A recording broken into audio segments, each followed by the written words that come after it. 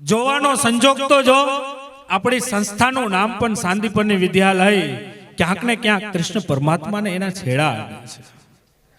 અહીંયા બહુ નાનો એવો વર્ગ અને આપણા ભાંડુડાઓ બાળકો જ્યારે ભેગા થયા હોય બહુ નિખાલસ સ્વભાવ હોય સાહેબ. આ છોકરા એક વખત દ્વારકા મંદિરે ગયા છે. ધીરુભાઈ મંદિરે જઈ ભગવાનને અરજ કરી, ઘણું બધું માંગ્યું. બાળક તો નિખાલસ કહેવાય ને ભાઈ, એને થોડી ખબર હોય. એ બાપ મને 10માં પાસ કરી દેજે, ઓલા ટીચર મને મારે નહીં એવું કરજે, બાપાને કહેજે રિચાર્જ કરી દે, એકચ્યુઅલીમાં સ્નેપચેટનો કોડ ખોવાઈ ગયો એ પાછો લઈ આવજે. આ અત્યારનું દૂષણ તો જો આપણી દુનિયા હવારમાંથી ભગવાન આ કરાગ્રે વસ્તે મૂલ્ય જે શ્લોક હતી, આપણી સંસ્કૃતિ આપણી પેઢી આ ભૂલી ગઈ છે. અત્યારે હવારમાંથી ઉઠીને પેલા ડેટા ચાલુ કરે, એકચ્યુઅલીમાં કોનો મેસેજ આવ્યો હોય આપણે ઈ પેઢી.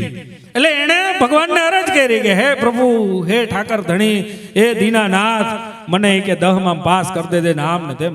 જેમ આપણે છોકરા અપડેટ થયા એમ ભગવાને અપડેટ થયા હોય. એટલે ભગવાને બહુ દાંત કાઢતા કાઢતા વાત કરી.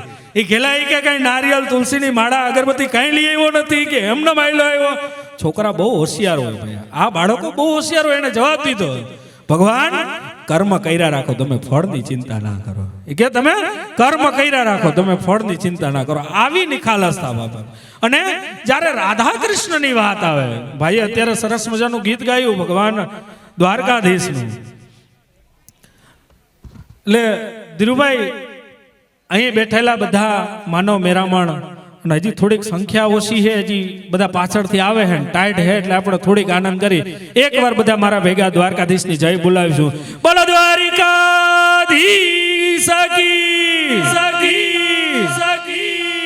આ શ્યામ સાઉન્ડ વાળા ભાઈ એમ કેવા જોઈએ કે હવે હું પ્રોગ્રામમાં નહીં આવું, એટલો અવાજ થાય ને તો આપણે એટલો અવાજ કરવાનો હે. બોલો દ્વારિકાધીશ